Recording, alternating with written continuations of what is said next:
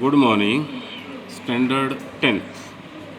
आज हम lesson prose का द ब्लैक एरोप्लेन रीड करेंगे। Written by Frederick Forsyth, writer हैं इसके। ब्लैक एरोप्लेन टाइटल, काला हवाई जहाज। आपने story a letter to God आपने पहला ही लेसन पढ़ा था। सिमिलियर द ब्लैक एरोप्लेन है कि उसमें परमात्मा के द्वारा कौन फरिश्ते थे जिन्होंने सहायता की, और यहाँ भी ब्लैक एरोप्लेन एक काले जहाज़ ने लेखक का किस प्रकार सहायता और मदद की। लेखक क्या कहते हैं कि the moon was coming up in the east, चांद पूर्व की ओर आ रहा था। बिहाइंड मी, मेरे पीछे, एंड मी, राइटर है, and stars were shining in the clear sky above मी, और सामने तारे बिल्कुल अच्छी प्रकार से चमक रहे थे। There was not a cloud in the sky, क्योंकि हवाई जहाज आसमान में उड़ते हैं तो मौसम साफ होगा तभी उड़ेंगे। I was happy to be alone high up above the sleeping countryside, नीचे सोते हुए लोगों के ऊपर वो अकेला था। I was flying my old Dakota, ये नाम है aeroplane, over France back to England. अब वो फ्रांस से इंग्लैंड की ओर अपने पुराना डकोटा जो हवाई जहाज़ लेकर जा रहा था।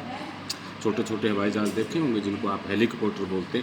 I was dreaming of my holiday, और छुट्टियों का वह आनंद लेना चाहता था। Looking forward to being with my family, अपने परिवार से मिलने की ओर आशावान था। I looked at my watch, मैंने अपनी घड़ी की ओर देखा। 1:30 इन द मॉर्निंग, कहता है सुबह के 1:30। I should call Paris control soon, Paris control मुझे कॉल करनी चाहिए। आई थॉट, मैंने सोचा। As I look down past the nose, nose mean हवाई जहाज़ आगे से जो तीखा होता है, तो मैंने उस तीखी नाक जो हवाई जहाज़ की थी उसकी ओर से नीचे देखा। I saw the lights of a big city in front me, एक शहर की पूरी लाइटें जल रही थी। I switch on the radio, मैंने रेडियो ऑन किया।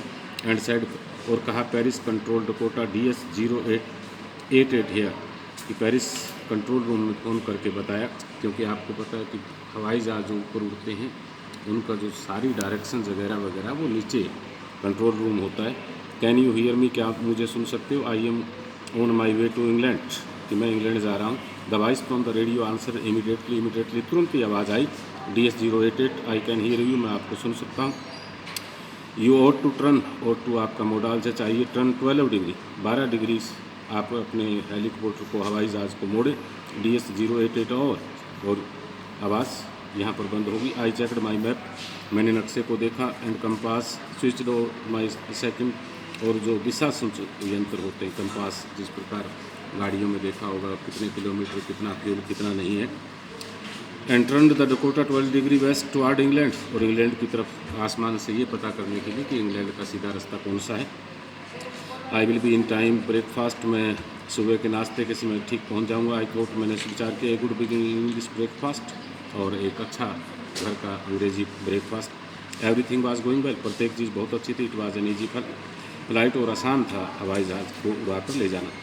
Paris was about 150 kilometre behind me, 150 kilometre पीछे पेरिस रह गया। When I saw the cloud, जब बादल देखे, स्टोर्म तूफान, आपको पता है क्लाउड्स बादलों का तूफान। देवर ह्यूज, बहुत बड़े बड़े थे। They looked like black mountains standing in front me, और वो काले बादल आसमान में बिल्कुल मेरे सामने थे। I knew I could not flying up, मैं जानता था कि हवाई जहाज़ को नहीं उड़ा सकता। I did not have enough fuel to fly, और मेरे पास इतना ईंधन भी नहीं था। Around them to north to south, कि नॉर्थ और साउथ उन बादलों से बचकर वो जा सके।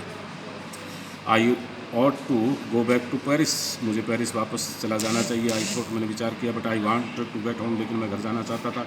जिस प्रकार अब आप देख रहे हैं कि हज़ारों श्रमिक किसी भी आप न्यूज़ चैनल पे देखेंगे जो बिल्कुल और बिल्कुल घर जाना चाहते हैं। I want to that breakfast, और घर जाकर मैं ब्रेकफास्ट करना चाहता था। I will take the risk, कहता है मैंने जोखिम लिया। I thought and flew that old Dakota straight into the storm, और उस तूफान के बीचों बीच अपने ओल्ड डकोटा को ले गया।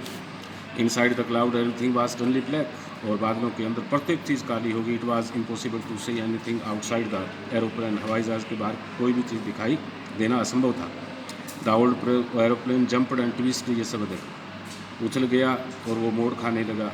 I looked at the compass, मैंने दिशा सूचक यंत्र थे उन पर देखा। I could not believe my eyes, मुझे आंखों पर विश्वास नहीं आया। The compass was turning round and round and round, और वो दिशा सूचक यंत्र थे वो घूम रहे थे। इट वॉज डेड, डेड का मतलब मृत्यु नहीं है, वो सारे काम करना बंद हो गए। इट वुड नॉट वर्क, वो काम नहीं कर रहे थे। द अदर इंस्ट्रूमेंट, और दूसरे यंत्र थे वर सडनली डेड, और दूसरे भी यंत्र जितने भी थे जो हवाई जहाज़ को कंट्रोल करते हैं उस तूफान के कारण काम करना सभी ने बंद कर दिया। आई ट्राइड द रेडियो, कोशिश की। पेरिस कंट्रोल, फिर पेरिस कंट्रोल बोला गया। कैन यू हियर मी, क्या मुझे सुन सकते हो? देयर वाज नो आंसर, लेकिन वहाँ से कोई आंसर नहीं आया कि वहाँ का भी कनेक्शन टूट गया। द रेडियो वाज डेड, कि रेडियो भी अब उसने काम करना बंद कर दिया। I had no radio no compass, किसी प्रकार का यंत्र नहीं था, किसी प्रकार की दिशा सूचक यंत्र नहीं था, और ना ही लेखक को पता था कि आसमान में किस देश में उड़ रहा है और कहाँ पर है। And could not see where I was, और मैं नहीं देख सकता था मैं कहाँ था। I was lost in the storm, में पूरी तरह तूफान में खो गया। आपको ऐसे टाइप क्वेश्चन दिया जा रहा है, इसको 2 या 3 बार रीड करने, ज़्यादा मुश्किल नहीं है। 2-4 वर्ड मीनिंग है जो आपको अभी सेंड कर दिए जाएंगे।